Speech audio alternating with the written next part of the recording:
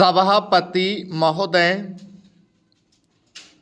आज हमारे देश में जो ऊपर से लेकर नीचे तक शिक्षा दी जा रही है, उसमें व्यवस्था ही एक कारण है, जिसकी वजह से शिक्षा का स्तर गिरता जा रहा है।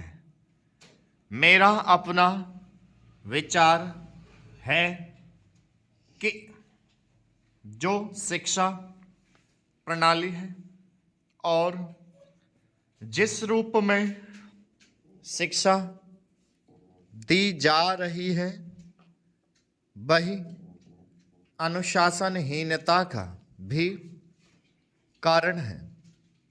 अपने देश और प्रदेश में हर एक की अपनी अपनी भाषा है और वह बालक जो इस देश में पैदा हुआ है, जो अपनी मातृभाषा की गोद में पला है, उसको यदि अपनी मातृभाषा में ही शिक्षा दी जाए तो मेरा विचार है कि शिक्षा का स्तर ठीक हो सकता है।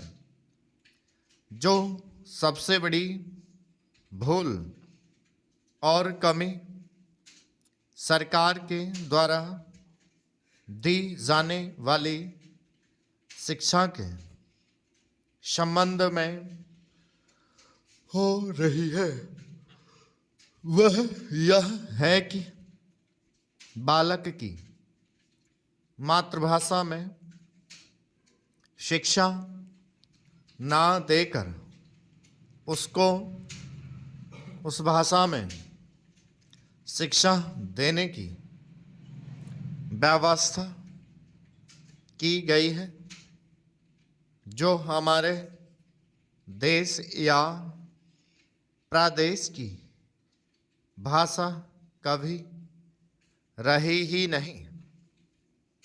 मेरा अभिप्राय विदेशी भाषा अंग्रेजी से है।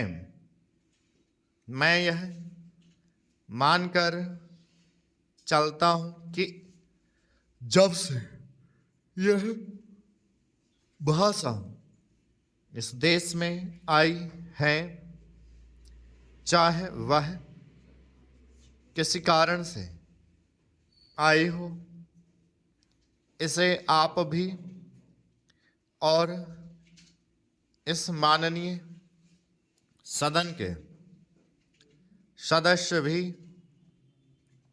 जानते हैं कि उससे बुरे परिणाम ही निकले हैं। कोई भलाई नहीं हुई है। इस देश को जो हानि हुई है, वह किसी से छिपी नहीं है। हम देख रहे हैं कि हमारे यह जितना फैशन बढ़ रहा है और जितनी वेशभूषा बिगड़ रही है, वह सब अंग्रेजी भाषा के ही कारण है। जिस समय यहाँ पर अंग्रेजों का राज्य था, प्रायः यह देखने को मिलता था कि वे लोग जो विशेष कर के किसी न किसी तरह से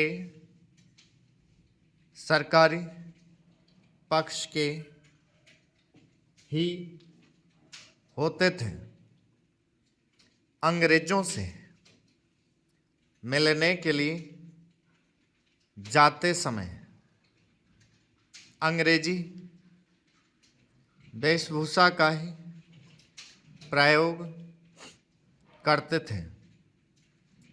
परंतु यह इस प्रदेश और इस देश का दुर्भाग्य है कि अंग्रेजों का राज्य समाप्त हो जाने के बाद भी लोग उनकी वेशभूषा को पहनते चले जा रहे हैं। इससे जो प्रभाव हमारे देश में फैशन पर पड़ा, उससे लाभ के बजाय हानि ही हुई है और हो भी रही है। मेरा विचार है कि अंग्रेजी वेशभूषा से इस देश को बहुत हानि हुई है। भारत की गौरवपूर्ण सभ्यता